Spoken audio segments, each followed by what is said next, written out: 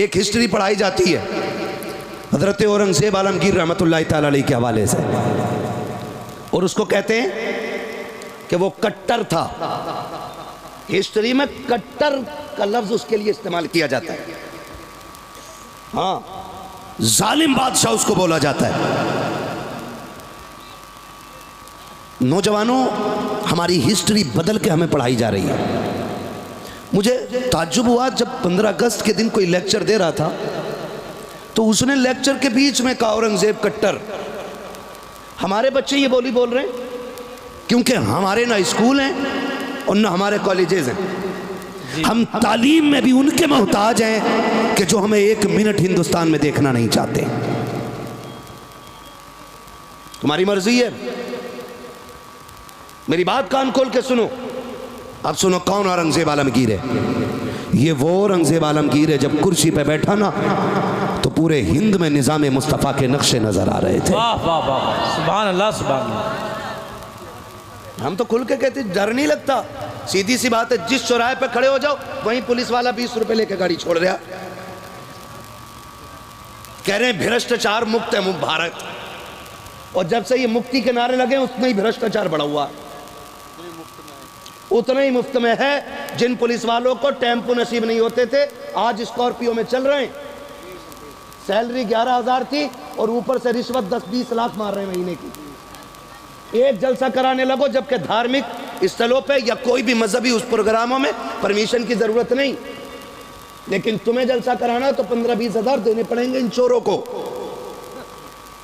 और कहते भ्रष्टाचार मुक्त है ये, इसे मुक्त नहीं कहते, मुक्त किया था औरंगज़ेब आलमगीर। हाय हाय हाय, वाह वाह वाह वाह वाह वाह वाह। रहता दिल्ली में था, दहशत अखंड भारत में रहती थी।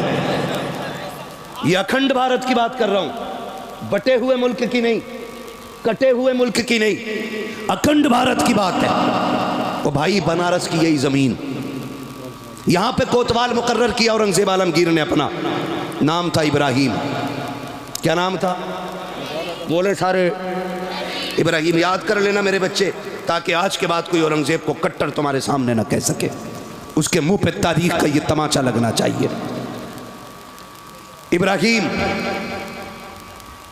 इब्राहिम की आदत थी रोज सुबह टहलने की। जी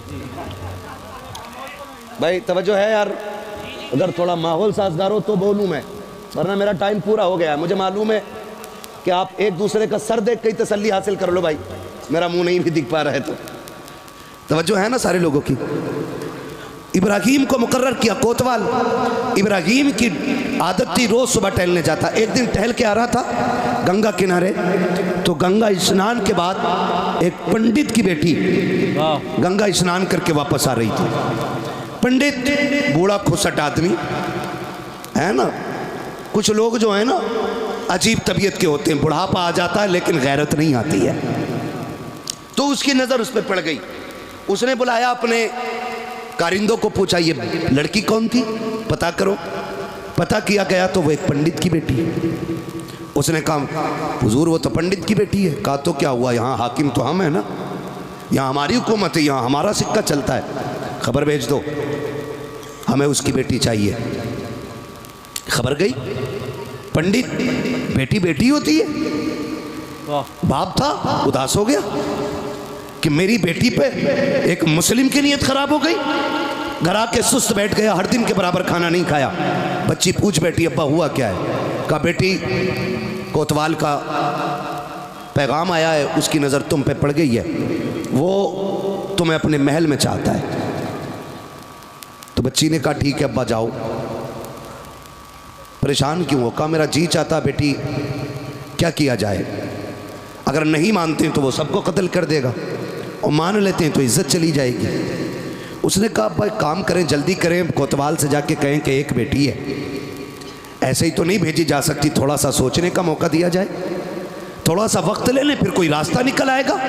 बच्ची के कहने पे बाप गया, इजाज़त ले ली, वक्त मिल गया थोड़ा सा, बाप फिर आ गया, बेटी वक्त गुजर रहा है, मैं महीने भर का टाइम ले चुका हूँ, अब क्या होगा? बच्ची कहती रुको ना, वक्त ये भी पूरा हो चला। उसने फिर कहा बजा के कहो बेटी को रुखसत करना है ना, दुल्हन बना के भेजूंगा, इकलौती बेटी है, कुछ मेरे भी अरमान है, थोड़े से दिन और बढ़ा दे। कहा बेटी अब कितने का, 8 दिन और बढ़वा लो, 8 दिन और बढ़वा लो। कहा ठीक है। बच्ची ने कहा, वो गया, कहा बेटी 8 दिन का वक्त मिल गया, अब क्या किया जाएगा?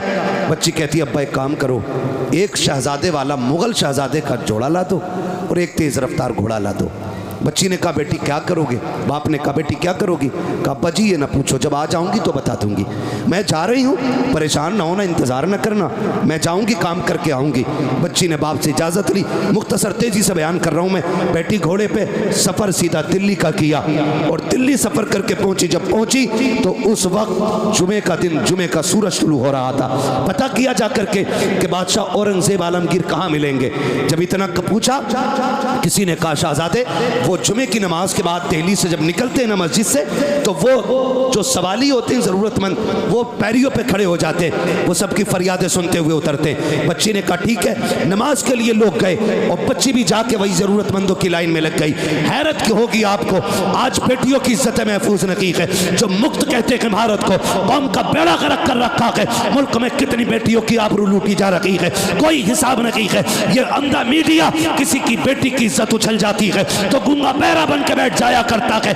आग लगाने का काम करने वाला मीडिया, इसे क्या पता इज्जतें कितनी अहम होती है। अल्लाह अकबर। बच्ची जाकर के सवालियों की लाइन में खड़ी हो जाती है। औरंगजेब मस्जिद से निकल रहे हैं, कोई कहता हुजूर भूखा हो, पर्ची ले ली जाती है, उसकी जरूरत दर्ज करा दी जाती है। कोई कहता मकान नकी है, जरूरत सुनी जाती है। कोई कहता मोहताज हूँ, उसकी भी सुनी जाती है। अल्लाह अकबर। तारीख गवाह है, जब सवाल पूछते पूछते, जरूरतें पूरी करते करते, जब बारिश शहजादी की आई है, पंडित की बेटी की आई है, इसने भी हाथ बढ़ाया, आगे बढ़ा करके पर्ची पेश की। औरंगजेब आलमगीर की एक निगाह चेहरे पर पड़ी, समझ गए ये बेटा नहीं बेटी है। जब उसने वो कागज दिया था, आपने डायरेक्ट हाथ पकड़ा नहीं था, बल्कि आपने चादर के कोने से बच्ची के हाथ से कागज लिया और कहा बेटी, बेटियों को सड़कों पे नहीं आना चाहिए, बेटियां सड़कों के लिए नहीं, बेटियों से तो महल में बैठ के बातें की जाती। वाह वाह वाह, जिंदाबाद। हाँ बेटी, क्या कहने, वाह। कह के आगे बढ़ गए और सबकी बातें सुनी, फिर महल में आ गए। कहा भेजो बच्ची को। बुलाया औरंगजेब आलमगीर ने। लोग कहते कट्टर था, आ देख औरंगजेब आलमगीर को पढ़ो। कहाँ की बात है? दिल्ली की। दर्द कहाँ का है? बनारस का है। औरंगजेब आलमगीर ने बुलाया और कहा बेटी क्या बात है? उसने सारी बात कह डाली। कहा वो कोतवाल जो आपने बनाया है ना, वो मेरी इज्जत का दुश्मन हो गया है, उसने फलां दिन का टाइम दिया है, आपके पास आई हूँ, बताओ मैं क्या करूँ? तो औरंगजेब आलमगीर कहते हैं जा, जैसा मेरा कोतवाल कहता वैसे ही कर। इतना सुना बच्ची की सांस ऊपर की ऊपर, नीचे की नीचे रह गई। उसने सोचा ये तो सारे चरसी निकले, मैं तो सोच रही थी बादशाह मदद करेगा, इसने तो ये कह दिया कि जाओ जैसा मेरा कोतवाल कहता वैसे ही करो। रोती हुई वापस आ गई। जब रोती हुई वापस आई, बाप ने पूछा क्या हुआ बेटी, कहाँ गई थी? कहा बादशाह के पास। कहा उम्मीद जागी? कहा उसने कह दिया है कि जैसा मेरा कोतवाल कहता वैसे ही करो। तो पंडित कहता बेटी फिर अब तो कोई रास्ता नहीं, काम करें सारे डूब के मर जाते। उसने कहा ना अब्बा ऐसी भी क्या जल्दी है? कहा क्यों? कहा सुनो जैसा कोतवाल कहता वैसे ही करो, मुझसे बादशाह ने जो कहा मैं वही करूँगी। पंडित कहता बेटी इज्जत चली जाएगी। उसने कहा अब्बा उम्मीद है अभी। कहा वो क्या मदद करेगा जिसने कोतवाल की मर्जी के मुताबिक तुझे सजने के लिए कह दिया। बच्ची ने कहा था अब्बा जब मैं उसके पास थी ना, उसने 3 बार मुझे बेटी कह के आवाज़ दी थी, और मैं जानती हूँ जब मुसलमान किसी को बेटी कह देता है ना, फिर उसकी इज्जतें लुटने नहीं देता है। कहा अब्बा इंतज़ार किया जाएगा। फिर वो दिन भी आ गया जिस दिन की मोहलत कोतवाल को मिली, कोतवाल ने दी थी। डोली आ गई, बेटी सज कर जब बैठी ना डोली में पंडित की, और डोली उठ करके बादशाह के दरवाजे पर, कोतवाल के दरवाजे आई है। तारीख का ये बाप जरा सुनिए तो सही। जब कोतवाल के दरवाजे पे डोली आई है, कहा दुल्हन अभी अंदर नहीं आएगी। कहा किस लिए? कहा आज मैं खुश हूँ, आज मैं इसका सदका उतारना चाहता हूँ। उसने सिक्के सोने के मंगाए, एक बड़ा थाल लिया, लेकर के खड़ा हुआ और मुट्ठी भर भर के फकीरों में लुटा रखा था। लुटाता रखा, लुटाता रखा, लोग लूटते रखे, लूटते रखे। आखिर उसी भीड़ से एक पोसीदा लिबास में, फटी चादर में एक फकीर निकला। उसने भी आकर के आगे हाथ बढ़ा दिया, कोतवाल से कहा मुझे भी भीख दी जाए। उसने कहा अंधा है, इतने सिक्के नीचे पड़े गए कि उठाने वाले कम पड़ गए हैं, तू अनोखा भिखारी है, तेरे हाथ में भीख दी जाए। उसने कहा था सुन कोतवाल, मैं फेंका हुआ पैसा नहीं लेता, मैं गिरा हुआ नहीं उठाता हूँ, अगर देना है तो हाथ में दे। उसने कहा बड़ा सिद्दीक है, अगर कोई और दिन होता तेरा सर कलम कर देता, आज मेरी खुशी का दिन है, लाओ थाल आगे लाओ। उसने मुट्ठी भरी सिक्कों की जैसी फकीर के हाथ पे रखी है, फकीर ने कलाई थामी और जब चादर उतार के फेंकी है, हैरत हो रही थी, चादर में फकीर नहीं था बल्कि औरंगजेब आलमगीर आ गए थे। आने के बाद आपने कहा था तुझे क्या लगता है मैं दिल्ली में हूँ, तू बनारस में है, तू जो चाहे कर लेगा, तुझे नहीं पता है हम किसी भी कुर्सी पे बैठे हमें खुदा का डर रहता है। तो गाती बुलवाए गए और उसी मैदान के अंदर पीठ से कोतवाल को चीरा गया, ऐलान किया गया था कि जो किसी भी बेटी के साथ अत्याचार करेगा उसको बख्शा नहीं जाएगा। मैं पूछना चाहता हूँ कट्टर कहने वालों, जब हम सल्तनत में थे, हमारे हाथ में मुल्क का निजाम था, हमने तुम्हारी बेटियों की आबरू बचाई थी, आज तुम्हारे हाथ में निजाम है, हमारी बेटियों की इज्जत महफूज क्यों नहीं है? तारीख गवाह है, देखो तो सही हुक्मरान किसे कहते हैं। औरंगजेब आलमगीर ने कहा था अब शाम से डोली उठाओ और इसके दरवाजे पे लेकर चलो। जब दरवाजे पे लेकर के गए, बच्ची डोली से निकली है, औरंगजेब आलमगीर भी घर में आए हैं। पहला जुमला कहा था बेटी प्यास लगी है, जल्दी से पानी पिला दे। कहा इतनी प्यास है? कहा हाँ बेटी, जब से तूने दर्द बयान किया है मैंने कसम खाई थी जब तक इस बेटी के साथ इंसाफ नहीं कर दूंगा एक घूंट पानी का हलक से उतारना मुझ पे हराम रहे। नारे तकबीर, नारे रिसालत, उर्से कंबल पोश, मसलके आला हजरत हजरत मुफ्ती हम्माद रजा साहिब किबला। वाह वाह वाह वाह वाह वाह भाई ये निज़ाम है इस्लाम, क्या बात है मुफ्ती साहब, निज़ाम है इस्लाम। वाह वाह वाह। हाँ, औरंगजेब आलमगीर ने बताया था कि बेटी बेटी होती है, चाहे काफिर की बेटी हो चाहे मुसलमान की बेटी हो। ये है निज़ाम इस्लाम का। वाह वाह। ये है हातिम ताई की पोती मेरे महबूब की बारगाह में लाई गई, सर पे चादर नहीं थी, हुजूर ने नंगे सर देखा चादर दे दी, गर्दन अदब से झुक गई। सहाबा ने कहा हुजूर ये दुश्मन की बेटी है। फरमाने लगे चुप हो जा, बेटी बेटी होती है, चाहे काफिर की बेटी हो चाहे मुसलमान की बेटी हो। ये निज़ाम है इस्लाम का। क्या बात, इसे इस्लाम कहते हैं। आपसे मेरी गुजारिश है किसी की बेटी को तख्त में बैठा के नचाना मत नचाना, किसी की बेटी को बैठा करके तालियां ना बजाना।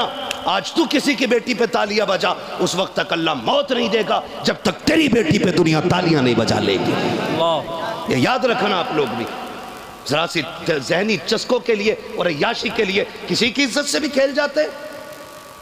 रह गई उन नचनियों पे पैसे लुटाने की बात, रह गई सेठ और प्रधान की बात, तो कान खोल के सुनो। जो तुम तमाशों में यूं पैसे लुटाया करते हो, पैसा तुम्हारा, कमाई तुम्हारी, हक तुम्हारा, चाहो तो आग लगा लो, चाहो तो खर्च करो। लेकिन एक बात कान खोल के सुन लो प्यारे, अगर रब ने तुम्हें दौलत दी है, इस पैसों को अय्याशियों में ना बर्बाद करना, लोगों की तबाहियों में बर्बाद ना करना। जाओ, अगर रब ने तुम्हें दौलत दी है, जाकर के पूरी बस्ती का चक्कर लगाओ। कोई तो ऐसा माइंडेड बच्चा होगा जो पढ़ने में बहुत अच्छा होगा, लेकिन उसको हालात ने मजबूर किया होगा।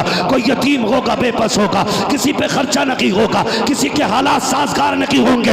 इस पैसे को उठा करके जाके उसकी तालीम पे लगा दो, और जब वो IAS बन करके इंसाफ की कुर्सी पे बैठेगा, खुदा की कसम कलम उसका होगा, तेवर फारूक आजम के नजर आए। भाई और बहनों, अगर आप नए हो हमारे इस YouTube चैनल पर तो प्लीज़ लाइक सब्सक्राइब शेयर कर दीजिए।